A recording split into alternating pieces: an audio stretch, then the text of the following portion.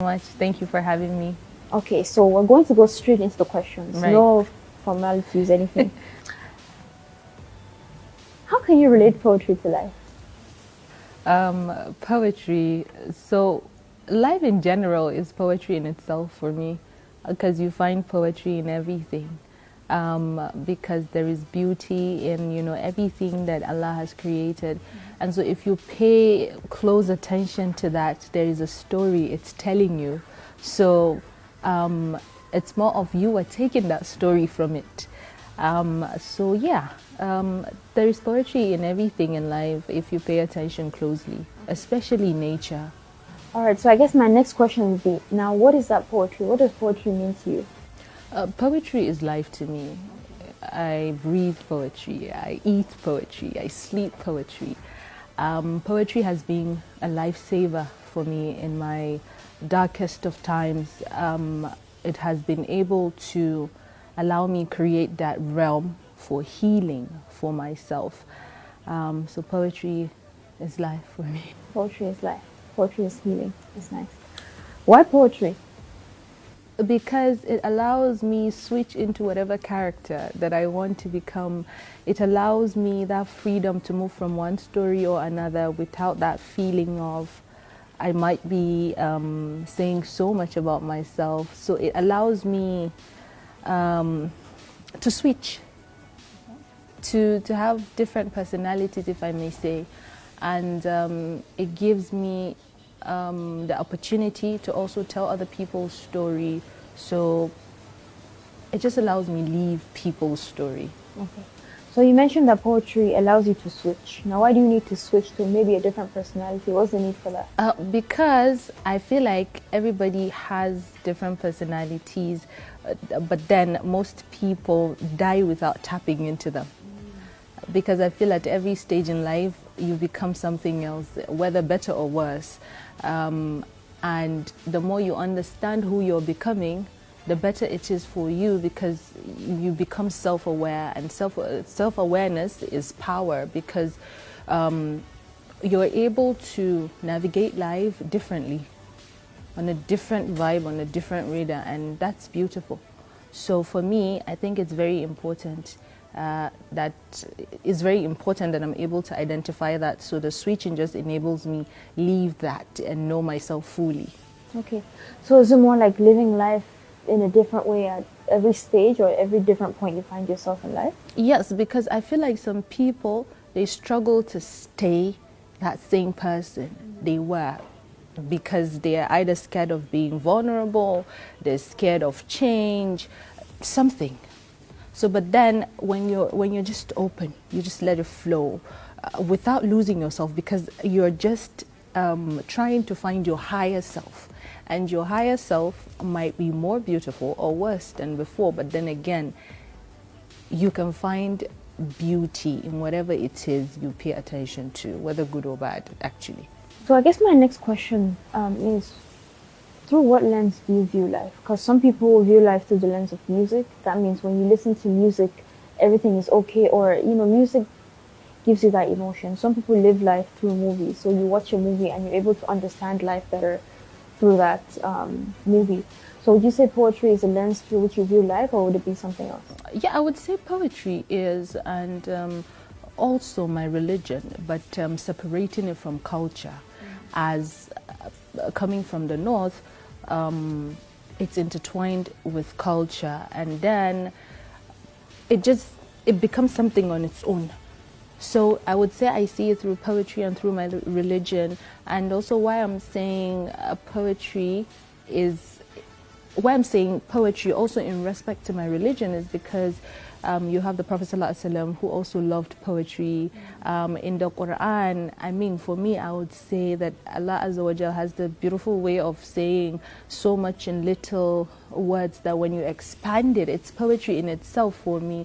So I would say through my religion and through poetry. So I dabbled in poetry a little bit, and one thing that I noticed about poems is, I think you just mentioned this, you have one word, right? But that word can mean so many things. So can you explain the power of that, or the power of words, or the power of poems when it comes to life in itself? Yeah, so you see, when Okay, for me personally, what I do is I could write a poem today feeling a certain type of way, but then I try to abstain from explaining what it's about because I would love the audience to translate it or just relate with it just how they possibly can. So it could be that I'm telling a story of loss in this poem, but by not explaining it, somebody else might be seeing a message of maybe hope or something. So again, it allows you just see it through your reality. So it's really powerful because when I started, I didn't realize how powerful it was until the very one I did on domestic violence. Someone called me from Maiduguri and said because of my video, he stopped beating his wife. And I said, okay, something that can actually change mindsets is very powerful. Yeah. Because I think poetry has a way of saying one thing but meaning another. Because like you mentioned, everyone has different life experiences, and a lot of times we view the poems or we read them or understand them to our experiences. I could give you an example. A recent poem I wrote, there is this line where I said, stop hugging the sun, you are not the moon. This eclipse will leave you in flames. So for somebody out there, it could mean, okay, stop hurting yourself. Somebody could say, oh, it means, okay, just stop paying attention to people who hurt you. So it's just like, but then it's just nice when you say it because it could just mean different things. Yeah. So I want to go more into the process. What's your creative process like? If you wanted to sit down and write a poem, how does it work? Does it just come in the air, or do you have a system of, okay, I want to write about this, I'm going to write about this? Honestly, I can be a little bit radical when it comes to that. But then there are a couple of things that must be in place sometimes, depending on the mood. So for some, when I'm sad and I'm writing, I need ice cream. That's good. It's a good thing to have. I need ice cream, and it's mostly at night. But then I cannot write at a place that's quiet. I create my own distraction, and then I write. And also there's another type of process for me where it's like I'd be sleeping and then my brain, especially when I'm having writer's block, so I force myself to sleep, but then I don't sleep, so it's like I'm hibernating and it's like I'm in between two worlds. It sounds creepy, but that's how I see it to be. So it's like I'm sleeping but I'm not sleeping, so it's like my brain is suspended. And then it's like one word comes, then I just write down that one word and then I go back. And then another comes, and then it might not make sense. There was one time I was writing, literally it was like just one word that belonged to the end of the poem, and then the rest was like in the beginning, and then I didn't have the middle, and it took me another week for me to actually get that. And there are days where it's like waterfalls, it just comes like so, but ice cream helps me a lot. Yeah, that's one of my other questions. What does the ice cream do? Because I think that's really interesting. Honestly, I don't know. Is it because it's cold? Does it have to do with the temperature? I think Does it depend on the type of ice cream? oh yeah, it has to be coconut flavor. Oh, it has to be. Have you tried other flavors? Yeah, What happens? it's just coconut is my favorite. Oh, what's your favorite? I think maybe it's the sugar rush. So when I'm having that, it's like I'm restless. I'm looking for something okay like that. So, and it's since I was a kid, you know, my mom would always offer that whenever I'm sad. So whenever I'm sad, it's like ice cream automatically elates me. Okay. So yeah, So it has like a sentimental value kind of. right. Ice cream. So it's not just ice cream. It's not. It has to be coconut.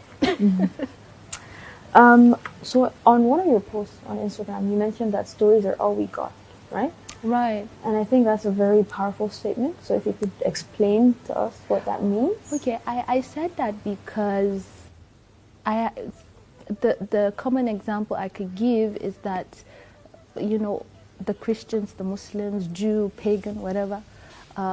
If you're a Christian, you have not met Jesus. Me as a Muslim, I've not met Muhammad, peace be upon him.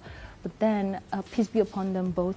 But then, it's that story of him that was told to you, and the story that was told to the Christian of Jesus that made them believe.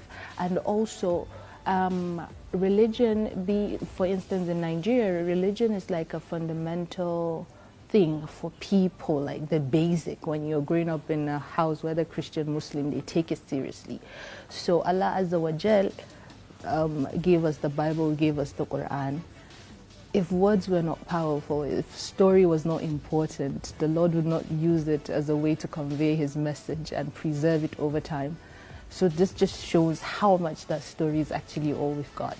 Because I can remember one time Ahmad Didat was having this debate, and then this Christian asked him, he said, so how would you feel after you die and then on the day of judgment you realize that Christianity was the truth and not Islam? And he said, not worse than you would feel when you realize Islam is and Christianity isn't.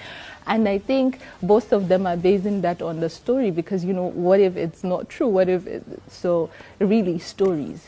So what is your story, Ahan? My story?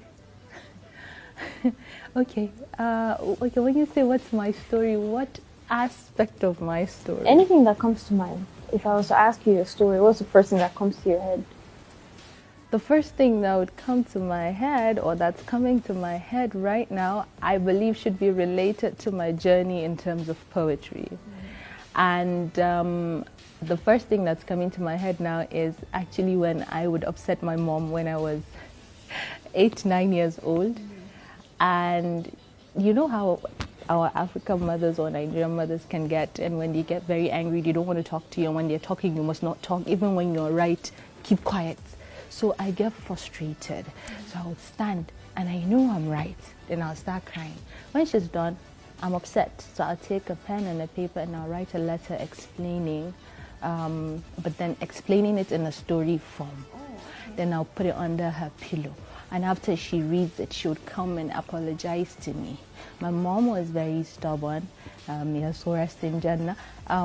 So when she did that, I said to myself, something that is capable of making my mom apologize to me is something worth holding on, because I would love to see more apologies. So that was how I held on to writing. And then my aunt got abused by her husband, literally pulling her braids, you know, from the scalp, like uprooting her hair. He would beat her up and things like that. So when it got to that stage, she's my favorite aunt, and then I was very upset. So I just wrote, and then I hid it because I was scared. Let me not go and take it to him, and he now Kukuma beat me too. So I kept it, and then my mom found it. So she said, we must make a video. And then that's how we made a video. She directed the video, and then we posted it on Instagram.